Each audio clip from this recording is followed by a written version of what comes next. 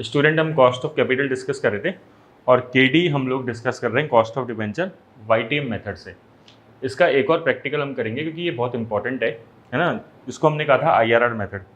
मान लीजिए एक कंपनी ने 1 जनवरी 2026 को डिबेंचर इशू करे और net proceed I 80 rupees. Interest rate है उस पर 10% का, फेस वैल्यू डिबेंचर की है 100 रुपये, टैक्स रेट है 35%। अब आप सोचिए इंटरेस्ट कितना आ जाएगा हर साल का, 100 का 10% 10 रुपये, तो और उसमें से 35% टैक्स लेस हो जाएगा।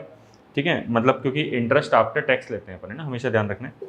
तो 6.5 पर एनम का ब्याज आ जाएगा। मान लीजिए लाइफ जो है वो 5 साल की है, 5 ईयर्स की।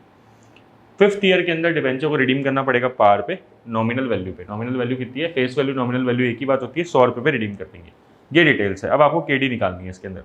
तो केडी निकालने के लिए वाईटीएम मेथड के अंदर अपन को हमेशा क्या चाहिए होता है, एक आईआरआर क्योंकि है, तो आईआरआर के लिए अपन क्योंकि present value of cash inflow present value of cash outflow आप दोनों इक्वल कर रहे हैं, तो कोई ना कोई रेट से शुरुआत करनी पड़ेगी। तो अब हम फर्स्ट रेट निकालना सीख रहे थे कि फर्स्ट रेट कैसे निकालते हैं। इंपॉर्टेंट है स्टूडेंट, फर्स्ट रेट सिंपल है कि आप एक जुगाड़ निकाल रहे हैं कि कैसे अपन पहली रेट पे पहुंचे, है ना। आप देखो इंटरेस्ट मतलब पे कितना करना है अपन को, रिडीमेबल वैल्यू 100, आया कितना है शुरुआत में 80, तो एक्स्ट्रा कितना पे कर रहे हैं 20। 5 साल की लाइफ है, हर साल 4 पर एनम का एक तरीके से खर्चा अमोर्टाइज हो जाएगा, है ना, पीएनएल में देखा जाए तो। साथ में 6.5 का इंटरेस्ट आफ्टर टैक्स, तो टोटल खर्चा हर साल का एक तरीके से मोटा मोटा 10.5 आ गया। स्टार्टिंग में लिए कितने थे 80, है ना, इंटू 100 किया, 13% के आसपास अपने पास एक फिगर आया। तो 13% अपन पहला रेट अज्यूम कर सकते हैं। ठीक है, 13% पे अपन क्या करेंगे, जितने भी कैश फ्लोज थे उनकी डिस्काउंटिंग करेंगे। 13% पे डिस्काउंटिंग करा आपने, इंटरेस्ट जो था पर एनम उसको डिस्काउंट किया, रिडीमेबल वैल्यू जो थी लास्ट में उसको डिस्काउंट किया। 13% का क्यूमुलेटिव पी फैक्टर निकाला 5 सालों का, आपने 3.517 आ जाएगा।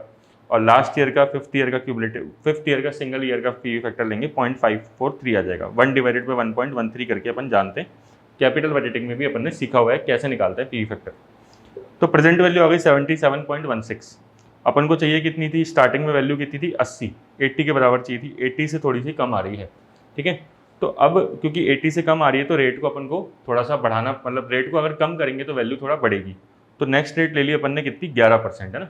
ये आपको पता होना चाहिए कि वैल्यू बढ़ाने के लिए अपन को रेट को कम करना पड़ता है। तो 11% अगली रेट ले ली, अज्यूम कर लिया भाई, पहले अपन ने 13 अज्यूम किया था, अब की बार अपन ने 11 ले लिया, थोड़ा सा अपन ने रेट को कम कर दिया। तो यही 11% पे किया तो 83 वैल्यू आ गई। ठीक है, इन दोनों पे एनपीवी निकाली, ये आया -2.84 और ये आया 3.32।